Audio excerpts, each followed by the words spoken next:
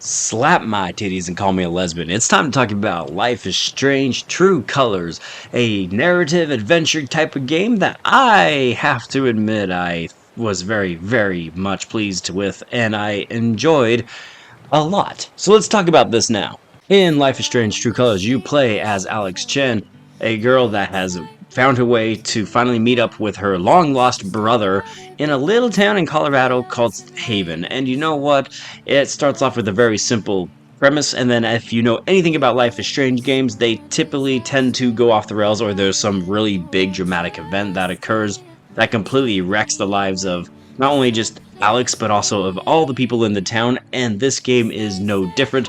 But immediately upon playing this game, I noticed that there was a significant upgrade in terms of the visuals, the art style, and even the sound audio when compared to its predecessors, which it should be able to be a step up from those, considering that all of the previous games were on the previous generation of consoles, and this is a game on the Xbox Series X and the PlayStation 5, and I've enjoyed this game so much that I've actually played through it twice now on both of those said platforms. And it goes without saying, the reason why I've played through this game now twice is simply because there are multiple options, and while there is more one central ending in this game in particular, there are definitely a lot of consequences for your actions, and it's one of the things that also feel like this game in particular, compared to previous Life is Strange entries, did a nice job of.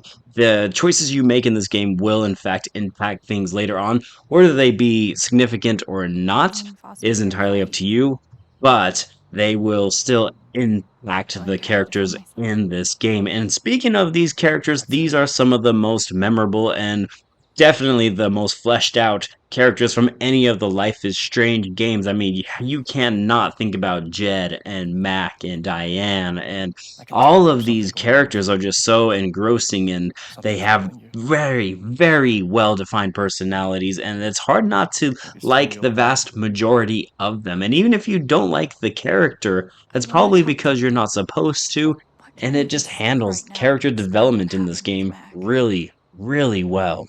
The one thing that this game doesn't handle very well is some elements of the story. There are moments that kind of make me wonder if that was even a feasible thing. No spoilers here.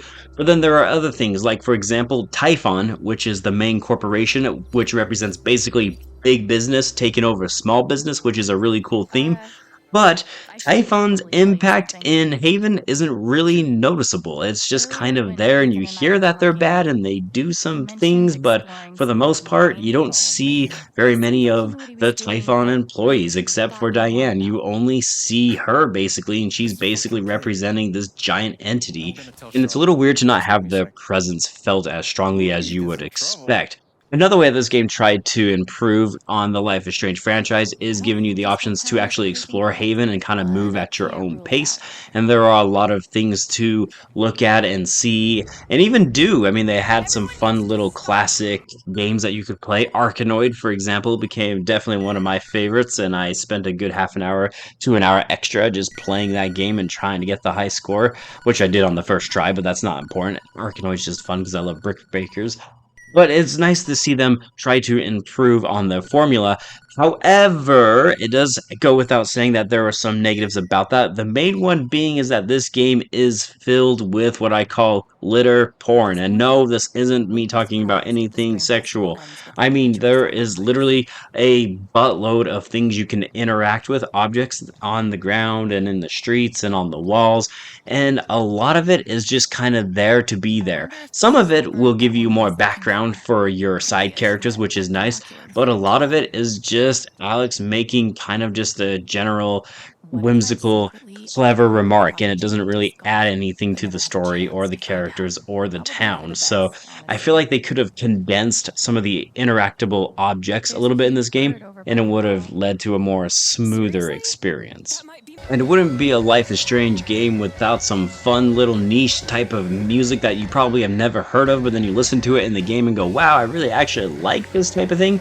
And Life is Strange True Colors does that exact same thing. Again, you have a really nice soundtrack from artists that I admittedly don't really know, except I knew one and I felt very proud of myself this time.